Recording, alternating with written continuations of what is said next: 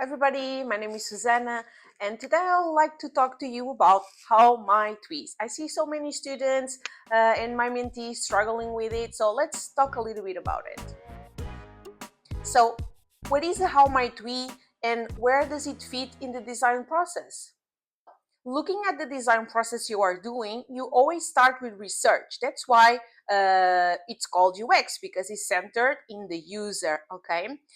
Why do we do research? To understand what problems users are having, what needs they have, how they behave. We just want to understand our users so that we can understand what is actually the problem that they are having. Once you go through data collection through various methods like surveys, user interviews, usability testing, depends on your project, you analyze all the data and you understand actually what is going on. Typically, you do this through an affinity mapping. Once you have your affinity mapping done, you understand or you uncover insights. Those insights help you to reframe, most likely, your initial problem statement, or it help you create problem statements or point of views. Those are simply statements that help you define what problems people are having and what is the impact is having on them. So once we get here, we are in the middle of the double diamond, if you know this framework, okay? But there are a lot of frameworks, but they all more or less are the same thing, okay? Once you are here and you know what is the problem, you need to move into the ideation phase. You need to move and to change your brain into the solution mode instead of the observation mode that you were before when you were doing research. So how my tweets are a way for you to frame your problem as a challenge so that your team can work with it, okay? And together try to solve the problem. So how to actually write the how my tweet? To write the how my tweet, you simply have to look into the problem statements you have and write it in a way that it's not telling the solution, because you want people to work with it, to have ideas, but it's also not so broad that it can be anything. Okay, let's look into some examples. So these are just random problems, okay, for us just to understand what I was talking about. This problem: users often abandon their carts at the checkout stage due to a complex and time-consuming process, leading to lost sales for the business. So we know what is happening, for who, and the impact. Okay, good. How might we? So transforming the problem into challenges. Yeah, how might we simplify the checkout process to reduce friction for users? So we are not telling what is the solution, and we are being quite more or less specific about what we are tackling here.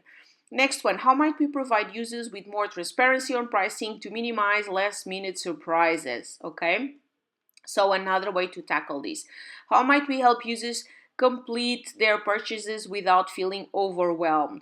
Okay, this is AI generated, so I'm not really 100% complying with these, because maybe we don't know if the user is overwhelmed. We just know that they leave the checkout. Okay, but let's go with the flow. Okay, let's take the first one. The first one I think is a good one. How might we simplify the checkout process to reduce friction for users? We know this is happening and we know it's complex. Okay, so we just transform it. A bad how might we would say, a solution: how might we implement a one-click checkout system to reduce cart abandonment? Why is it bad? Because it's saying already the solution, so it doesn't leave room for the team to explore solutions. Okay, so this is what is important. The other two how might we is that ChatGPT created. I wouldn't put 100% on those. Probably I would need to have access to the research. But for now, it's just for the purpose and also for you to understand a little bit about how working with AI can be good and bad, and can be quick but also slow depending. Okay, for this case, this is good enough.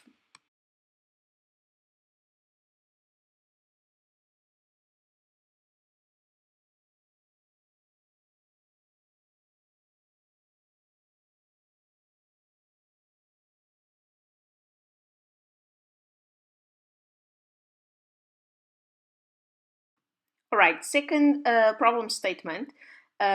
Users struggle to stay consistent with their fitness goals because they lose motivation over time and feel disengaged with the app's experience. So, ChatGPT suggests how might we make fitness tracking feel more rewarding to encourage consistency? Yeah, that's a good one. How might we create a sense of accountability for users to keep them engaged? Okay. How might we design an experience that adapts to users' changing motivations over time? I feel all of these are okay. As how might we is okay. What will be a wrong one? How might we gamify the app with badges and leaderboards to increase motivation? Why? Because it's telling the solution. Okay. Another wrong way to do this would be if you write something, how might we motivate people, for example? This doesn't have enough context. Motivate people to do what?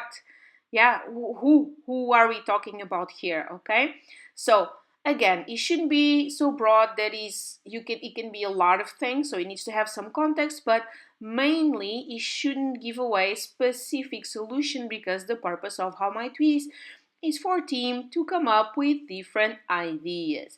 Now, can you generate ideas alone with how might we? Of course, yeah, no problem at all. But typically, how might we's are used with teams. As you see, nothing in design is an exact science. You always have to interpret and to analyze, and every project is different. So just practice doing more, do it with more people, change ideas, okay? And eventually you'll start to be more comfortable doing them. What about AI? That is okay. AI can help you with framing your problem or how to better write it, but nevertheless, you should be the one in charge of the research and understanding what is going on. AI still has a lot of failures, or maybe I wouldn't say failures, but it's not 100% reliable. So it still needs your human brain to interpret things, go over it, okay? And you are the one doing the associations between findings and so on. So once you have a problem statement written, okay, if you want to use ChatGPT to write it as a how might we or multiples, you can write multiples how might we's out of the problem statement. You can give it a try, okay? My recommendation, especially if you are learning and it's the beginning, okay, is to try it to do it yourself first, okay? You need to train your brain into UX, and you need to train your brain into interpret things and articulate your reasoning and so on. Otherwise, it's going to be really, really hard to do your work as a UX designer as it is expected for you to do it. Thank you everybody for joining. I hope this was helpful and clear, and I will see you soon. Bye.